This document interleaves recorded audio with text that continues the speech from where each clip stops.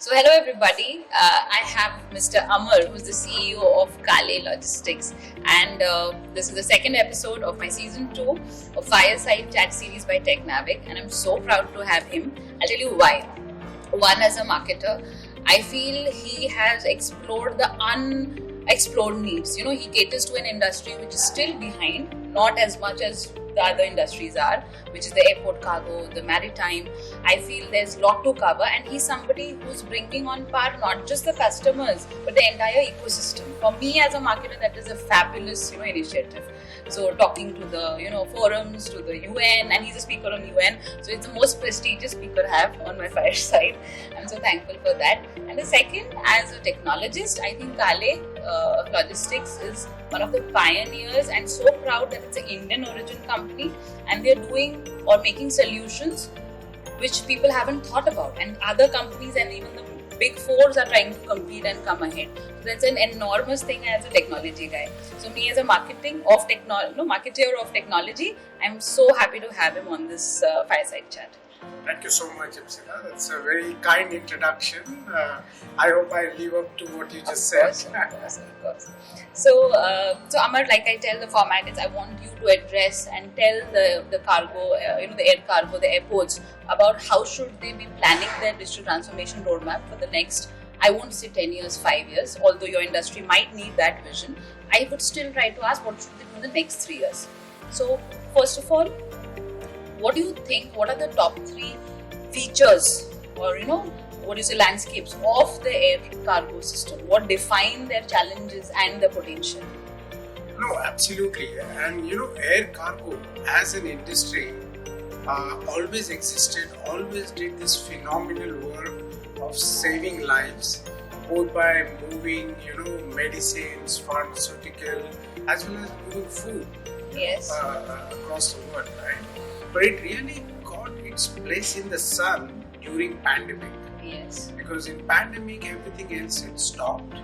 The vaccines had to move, the pharmaceuticals had to move, and then people realized, yes, there is this industry, that has been doing this all this while, and never got the due recognition.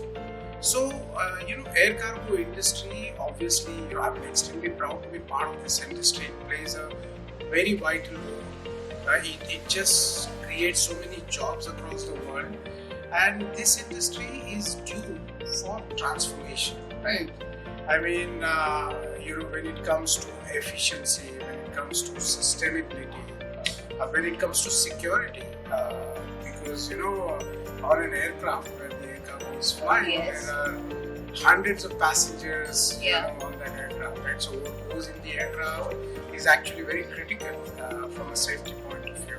So there are some of these areas where there is still a lot of work to be done, and technology has a huge role to play when it comes to efficiency.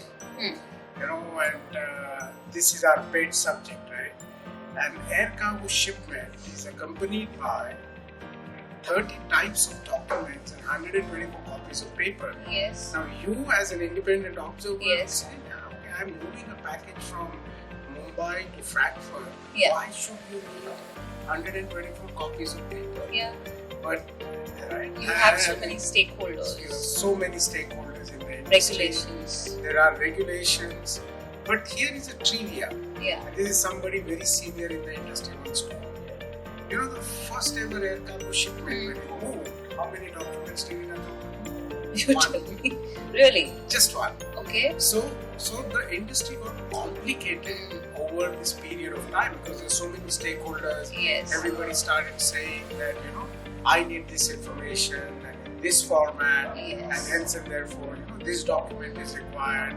And then multiple copies were printed because each stakeholder wanted to maintain his or her own copy. And the most funny part is that most of the data across this 124 copies of paper is the same. Those goods, where are they going? How are they going? What are the goods? How much do they cost? Right? It's the same information. So in today's day and age, where data can move very seamlessly across organizations over to the web, I think this complication needs to be simplified. Yes. Paper is not just a piece of it's an instrument for delay, in some cases corruption, because somebody has to Yes, produce yes. the paper, store the paper, move Yes. the paper, and this is reflected in the fact that air cargo stays on ground for about 85% of the total transportation time. Only 15% of the time Wow. it is actually the customer is paying. And an average tree creates 10,000 copies of paper. Now, Yeah. just to give you some sense, right? If you say 124 copies of paper per shipment, and if an airport manages, let's say, 1 million tons of cargo, and that corresponds to about 1.3 million shipments, 1.4 million shipments, multiply that by 124, and you will have a staggering number. Yes. 200 million copies of And that's how many paper. trees? Exactly. Unforgivable. Yeah, exactly. Unforgivable. And that's on an annual basis. So this is one problem. The world over, there is this big wave around environmental sustainability, Yes. right? And there is this elephant in the room. Yeah. Paperwork. So that's one problem. Second problem is congestion. Yeah. Most of the airports and ports, they're marked by congestion. Right. And the core reasons of congestion, most trucks go to the Yes. airport and port around the same Yes. time. Yes. There's still a lot of paperwork that happens at the airport or port, and when that is happening, the truck is waiting. Right. And then, the people who are operating cargo at the airport, they have no Yeah. visibility between 11 o'clock and 12 o'clock tomorrow. How many trucks are coming, what are the Yes. waiting, so Yes. after the truck lands, they start planning what they're saying. And trucks from cargo is not even ready, they also go and fall. Yes. So we've identified these issues that Yes. cause congestion and tried to address. And I think this is something which is very important, because if you address congestion, your cargo starts moving Yes. faster. Yes. So within the same facility, you can progress and you Right. can process more cargo. Yes. And the third problem is visibility. Yes. Where exactly my shipment is. And my Yes. father used to work for an automobile company in their logistics department. And in the absence of this knowledge of where Yeah. your shipment is, as a manufacturer, you end up storing more inventory into your demand chain or supply chain. Right. And that increases your product cost, that increases your, reduces your competitiveness. These are the key issues Right. that needs to be addressed. And everybody has to do his bit, right? Because it's a connected industry. Yes. Yes. Yes. So you said first is the carbon footprint first of all. Right. The second is congestion, and Right. the third is visibility. Visibility. All three are so important for your industry. Right. Right. And you're talking about an industry which has 130 billion pegged at 2025. Right. And if technology has to play its role, around probably 4% would be technology cost, or should it be more?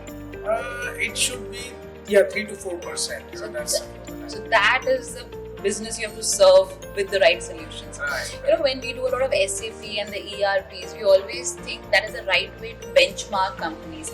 And like in BFSI, you don't have a core solution, we don't have an advanced or the off legacy solution. I think logistics also face the same problem. So when you guys come up with a solution like this, I think it benchmarks even the way they should do business, right? Oh, absolutely. I mean, our solutions, and we have received United Nations recognition for Yeah. our solution. It actually changes the way Yes. the cargo has been moving hitherto. Yes. So there is a certain way cargo has been moving, Yes. that's coming to the airport or port, paperwork happening there. We checked all of that, wherein even before the trucks go to the airport or Yeah. port, all the paperwork is done in advance. So Right. let's say there's a truck coming to Mumbai airport. So or you're Atlanta scheduling in that way, but tell me more about standardization. Are you able to bring standardization now? So because of your product and your solution, all the 10 companies that are going to use your solution are they going to be on par in the operational excellence? Yes, absolutely. And that is what is important, democratization of technology. Yes. Because, only those who have billions of dollars to spend Yes. on technology can create good technology. Yes. But what we do in terms of community systems Yes. and what we provide to the broader cargo community, right, Yes. it actually allows the smallest guy also to access those features and functions that he would have never have had the wherewithal to develop, right? Yes. So we are very proud of democratizing technology for the industry, and we have different levels. So for the smaller guy, we have a different set of features, considering the limitations of his IT infrastructure, what he can do. But we don't want anyone to be left behind. That's why we call it a community system. Yes. And different community members get different levels and types of features, but everybody can do what is right for the overall industry. So I think this is philanthropy in a different way. You don't have to only save carbon footprints. Even if you brought the whole community, I think you and I will be served even as consumers better. Oh, absolutely. Our medicines, our vaccinations, our people, our absolutely. grains. If we are able to implement it globally, it's going to save the world at least $50 to $100 billion on an annual basis. Okay? And this is just with very conservative assumptions of being able to save just about $100 from an exporter to importer, or end to end. In reality, the savings are much higher. Especially in higher cost geographies. If you save 2 hours of a trucker's waiting time, you're saving more than $130 for it. Okay. Right? But I'm just saying, average it out. So, and when the overall logistics cost reduces, when cargo starts moving faster, people don't have to store around inventory in the supply or demand chain, then you and me benefit, because then there is a significant portion of the product cost that is related to transportation and logistics. So I was going to ask you, if you do so much of standardization and digitization, what will happen to the n number of jobs that they create?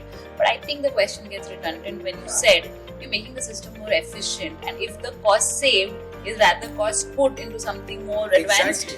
Exactly. And in creating more jobs, because does it create more jobs? It does create jobs, because and this is what has been happening, right? When let's say there was a printer, that was invented, everybody thought that people who are writing their jobs will be gone and they'll be redundant. But it wasn't like that. I mean, more jobs got created. Yes. People could start printing more, doing more. Could write more. Could write more, exactly. So it's never that a technology will kill jobs. It's just that the profile or the type of jobs that will get created will require a different skill set. Because with technology, and we have proven this, an airport can actually attract more business than right? Because if they become more efficient, then exporters, importers want to move cargo to those airports. And then the truckers there, the forwarders there. And you think even more how to serve your customer better. Absolutely. The cargo that today cannot fly on air because of the prohibitive cost, if you can make it more efficient, then some of that, and Indian government is looking at some of those initiatives, connecting remote regions of India who really produce some fantastic world-class stuff, right? In agriculture, in other businesses. Just sort of making that available within India as well as for export. If you can make the industry more efficient, reduce the cost, then you have more jobs and more better services. Wonderful. So this is technology moving to philosophy also. So that's an excellent place. I'll ask you one next question would be, if I were a CEO of, or you have audience of, all these air cargo CTOs sitting in front of you, how would you suggest the next 3 years? What are the top solutions in looking at? And after that, you must always give them an ROI calculator. Absolutely. So how do you, because even they have to report to the board. So what is it that they can take back to the board once they've planned this? Sure. So, one thing that we see happening globally is supply chain or logistics is getting a place in the board or at the top levels in the organization, which is a very positive news, right? If I were to advise the CEOs or CTOs or whoever, the C-level organizations of these logistics companies, I will always advise them, around digital transformation, as I said, around these three factors. How do you make your operations more efficient, right? Okay. Is more a number? Can you say a number? What? So, I mean, it really depends on the size of the organization. But in some cases, technology can save up to 80% of your documentation costs, right? Because if you're going to get this data electronically, you don't have to really, punch in papers, keep that data, keep that paper, manage that paper, and that reduces the, just the operations cost by up to 80%. Up to 80. Up to 80%, right? And it really depends on the cost structure of the organization. But yeah, I mean, I will say conservatively, technology can help reduce the cost anywhere between 15 to 80%. Okay, so the first thing you said is they must first decide that what is the extent of savings they can do, either 15 to 80. So that's the first. Correct. So they need to understand which are the areas that I need to attack when I'm looking at efficiency. Okay. Right. Okay. Once you've identified that area, then you need to also, in today's world, you also need to look at the ESG impact, right? Okay. Environmental sustainability. Yes. How does it fall in line with that? Are there opportunities to do more? Yes. Because sustainability is not just an environmental thing. Yeah. It is economic sustainability. Okay. Right? It is social sustainability, so on and so forth. Right? Yeah. And in our industry, there is so much that can be done. We spoke about reducing paper, but it's also about reducing carbon emissions when the trucks are standing for longer time outside an airport or port. We just did a small pilot in North America where behind 300 trucks, there was 9 million grams of CO2 that was being emitted, and that got saved. Okay. Right? By having the right kind of solution. So you have to look at, what can improve efficiency, what can improve this whole sustainability aspect, and what can improve the visibility. How do you serve your customers better? So I would suggest that an internal analysis is done by the company to look at these three areas and identify. So, maybe for a forwarder, it could just be his import documentation or import operations. For an airport, it's just the traffic management or truck management there. So you have to identify these opportunities, and then you have to find the right partner. There are so many IT companies, and you know that much more than me, right? But if somebody doesn't understand the domain, or you have to teach what is a bill of lading or what is an airway bill, and it all starts from there, then it's going to be a very long haul. Why? Because you as an organization have something else to do. You're not an IT company or somebody whose job is to give IT companies inputs. You will have your people who have to do their own things. Right. So you want a partner who has significant domain knowledge. And that reduces the bandwidth requirements at your end. If you're a manufacturer or any other logistics service providers. So when you're looking for a partner, look at this important attribute, the domain knowledge of that partner. What kind of innovations have they come? What have they delivered? Don't just look at the cost aspect, because I'll tell you, it will always be more costly to work with someone who may give you a cheaper proposal, but who doesn't have this understanding of your business, right? So that is something which is very critical. You also have to look at the impact of technology, proven impact of technology. So you look at players who have really made a big difference to their customers, right? And some of that could be documented knowledge. Some of that you could do through reference checks. You can get that knowledge. And finally, you have to also see the technology itself. Is it really next generation? Yes. Or, does it have components of Internet of Things, or let's say blockchain, Yes. or artificial The intelligence? VR maybe. Yeah. Or it's just plain vanilla, you tell and I develop for you and give it to you. So these are important attributes when you're looking at a partner. No, I feel that the industry or this segment is underserved. They definitely need also companies who are able to shape the requirement at a larger level. Exactly. So that is also very important. Exactly. And somebody with a diversified focus cannot, or non-focus, Right. cannot work so hard Correct. as much as the specialists can. Yeah, specialists can. Absolutely. I always ask my CEOs and CTOs, how are you implementing the AAA strategy, which is automation, AI, and analytics? But I know I've gone through some of your content, and I know you guys follow the A, B, C, D approach. So I would just like you to just expound on, how have you used AI, blockchain, cloud, and data to your advantage and your solution. Oh, absolutely. So in our community system, we're trying to digitize this whole logistics supply chain. We are using artificial intelligence and as well as machine learning, and I'll combine the two. Yes. So when we are solving the congestion problem at the airports, Yes.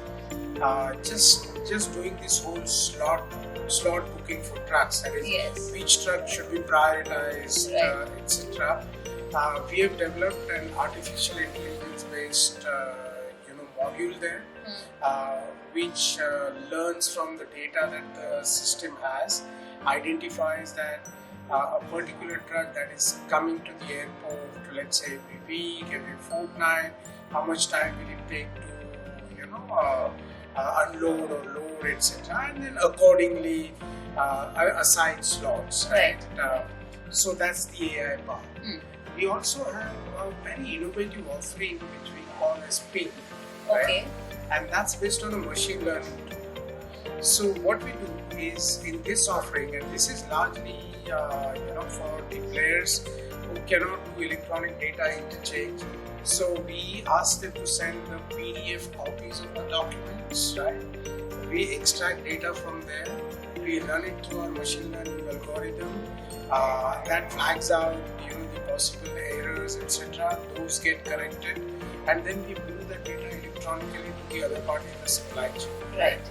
And this is based on a machine learning approach. So that's the A of ABC. Yes. Right? B is for blockchain. Right? So we have done a proof of concept where we connect a cargo community that we developed at one airport with a cargo community that is at another airport. We just connect those through a tool called Digital Corridor.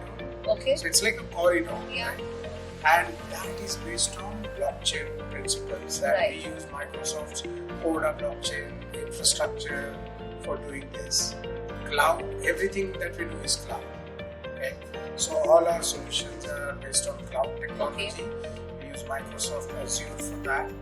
And obviously, D is not just data analytics but drones. We've also done proof of concepts with drones, where drones can be used for inventory tracking within a warehouse, or for that matter, surveillance purposes to prevent pilferages, etc.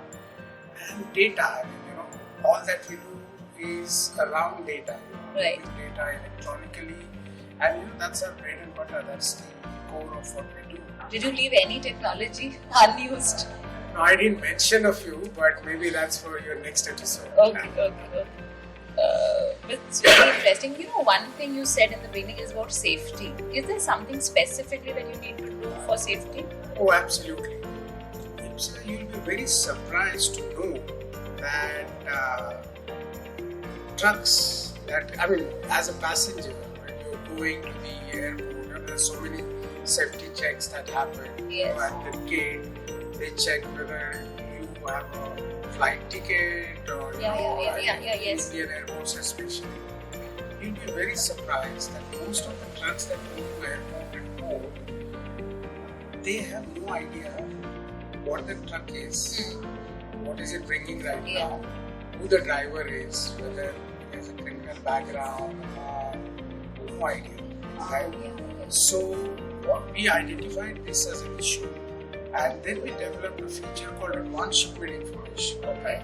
So any truck that is coming to the airport or port, first all the information about what they are bringing in, and then the driver's license number, driver's contact details, everything around that. So now people know in advance, who is coming, what are they bringing, and then that element of added security layer goes there. Also, there is a big initiative in our industry called Electronic Consignment Security Declaration. So this is a declaration that is made by the industry, and our systems actually digitize that whole declaration. So the data is electronic; it cannot be tampered with. It has to match with the data that comes from other stakeholders, so on and so forth. And last element of security or safety is what is happening globally. Now, globally, there is a big initiative called, preloading advanced cargo, and it's very interesting. So the whole data requirement, earlier what used to happen after the aircraft lands, the customs declarations, etc. were made, and data was submitted to regulatory authorities. Then 9/11 happened. Yes. And then US started this. They started saying that before the aircrafts land to our territory, we want to understand what is coming in. Okay. We will do the assessment of the same, and if that is not good, if that is not safe, then the aircraft cannot land, right? Yes. So the data requirement moved ahead in the supply chain. Then there was a requirement to say that we need this data wheels up. Okay. So when the aircraft is at origin and it is yes. it started flying, we need that information. And now the regulators are saying, even before you load the aircraft, right, we want to know what you're loading, so that we can offload it or ask you to offload it. So data requirements are moving, security data requirements are moving backwards in the supply chain, and that's what we actually are helping communities to do. Because when you need data in advance, the only way that can happen is if you have this data electronically, right, available.